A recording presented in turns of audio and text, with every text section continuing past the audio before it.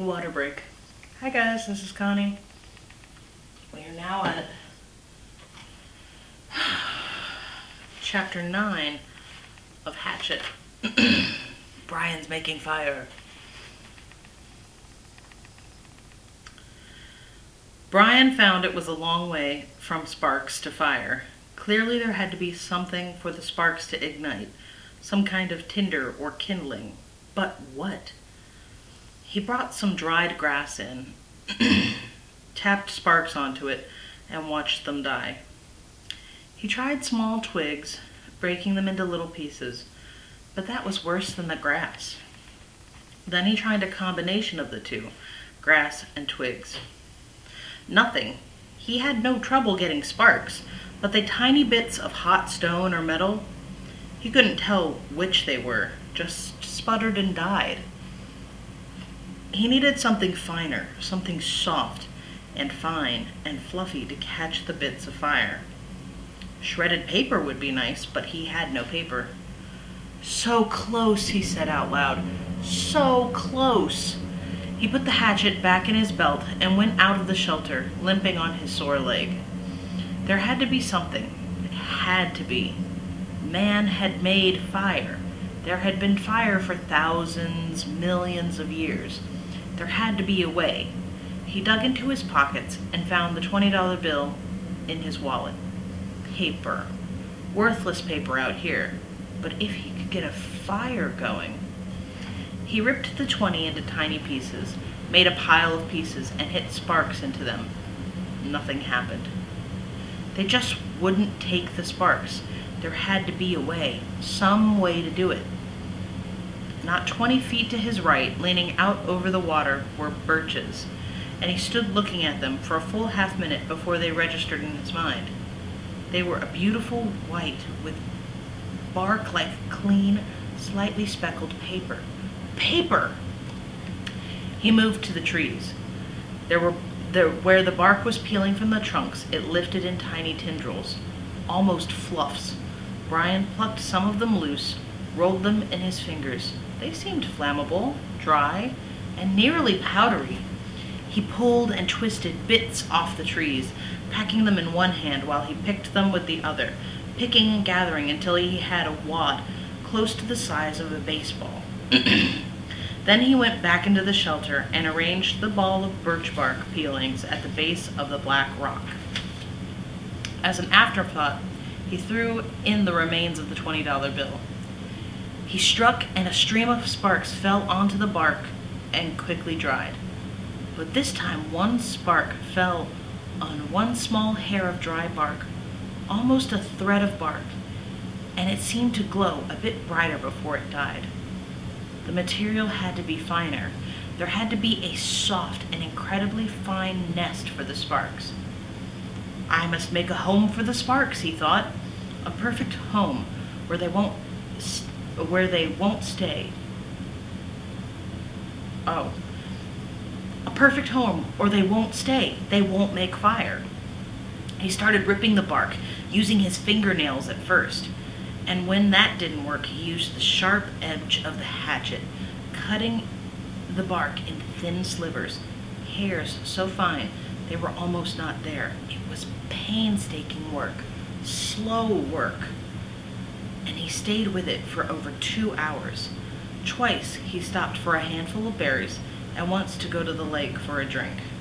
Then back to work, the sun on his back, until at last he had a small fluff as big as a grapefruit. Dry birch bark fluff. He positioned his spark nest, as he thought of it, at the base of the rock, used his thumb to make a small depression in the middle, and slammed the back of the hatchet down across the black rock.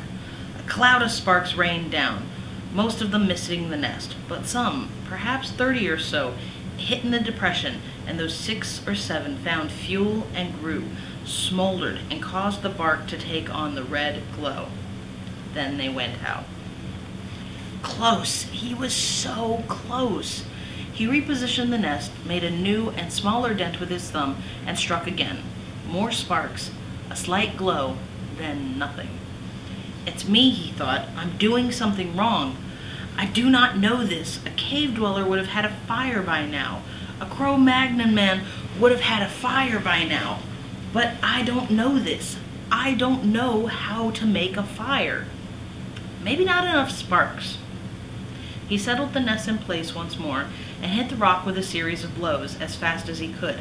The sparks flowered like a golden waterfall. At first, they seemed to take, but there were many sparks that found life and took briefly, but they all died. Starved. He leaned back. They are like me. They are starving. It wasn't quantity. There were plenty of sparks, but they needed more. I would kill, he thought suddenly, for a book of matches. Just one book.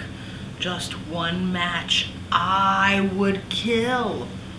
What makes fire? He thought back to school, to all those science classes. Had he ever learned what made a fire? Did a teacher ever stand up and say, "This is what makes fire"?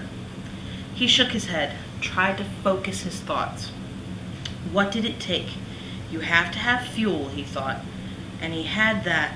The bark was fuel. Oxygen. There had to be air. He needed to add air. He had to fan on it, blow on it. He made the nest ready again, but held the hatchet backward, tensed, and struck 4 quick blows. Sparks came down, and he leaned forward as fast as he could and blew. Too hard. There was a bright, almost intense glow, then it was gone. He had blown it out. Another set of strikes, more sparks. He leaned and blew, but gently this time, holding back and aiming the stream of air from his mouth to the brightest spot. 5 or 6 sparks had fallen in a tight mass of bark hair, and Brian centered his efforts there. The sparks grew with his gentle breath. The red glow moved from the sparks themselves into the bark, moved and grew and became worms, glowing red worms that crawled up the bark hairs and caught the other threads of bark, and grew until there was a pocket of red as big as a quarter, a glowing red coal of heat. And then he ran out of breath and paused to inhale. The red ball suddenly burst into flame.